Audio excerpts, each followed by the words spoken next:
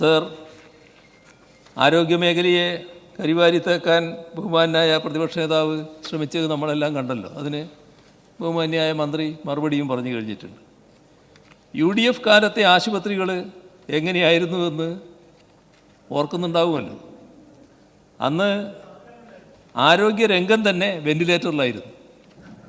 Sir, ഡോക്ടർമാർ, മരുന്നുകൾ, അവിടെ ആവശ്യമായ മറ്റ് സജ്ജീകരണങ്ങൾ ഒന്നും ഇല്ലാതിരുന്ന പൊതുജനാരോഗ്യ സംവിധാനം, അന്നത്തെ ശോചനീയാവസ്ഥ ആർക്കും പെട്ടെന്ന് മറക്കാൻ പറ്റില്ല.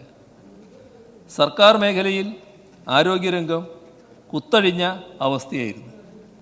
അതിൻ്റെ ഫലം സ്വകാര്യ മേഖലയിൽ കടുത്ത ചൂഷണവും. LDF 2016 അധികാരത്തിൽ വന്നപ്പോൾ ആർദ്രം മിഷനിലൂടെ ശ്രമിച്ചത് ആശുപത്രികളിലെ അടിസ്ഥാന സൗകര്യങ്ങൾ ഗണ്യമായ തോതിൽ വർദ്ധിപ്പിക്കാനാണ്. ആരോഗ്യമേഖലയിൽ ആവശ്യമായ തസ്തികകൾ സൃഷ്ടിച്ചു, മരുന്ന് ക്ഷാമം ഇല്ലാതാക്കി, സാമൂഹ്യാരോഗ്യ കേന്ദ്രങ്ങളെ കുടുംബാരോഗ്യ കേന്ദ്രങ്ങളാക്കി മാറ്റി. ഇപ്പോൾ 688 കുടുംബാരോഗ്യ കേന്ദ്രങ്ങൾ യാഥാർത്ഥ്യമായി. ബാക്കിയുള്ളവ പെട്ടെന്ന് പൂർത്തീകരിക്കാനാണ് ലക്ഷ്യമിടുന്നത്.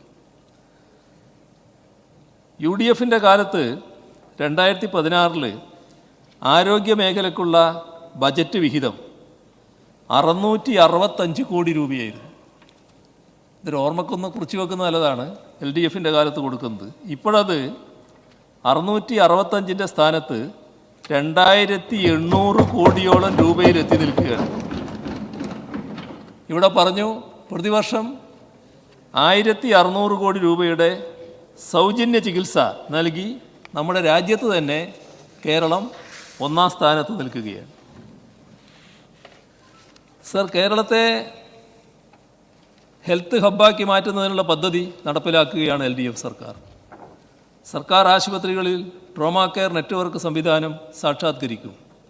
സാന്ത്വന പരിചരണ മേഖലയിൽ സാന്ത്വന പരിചരണ ഗ്രിഡും ആരംഭിക്കും.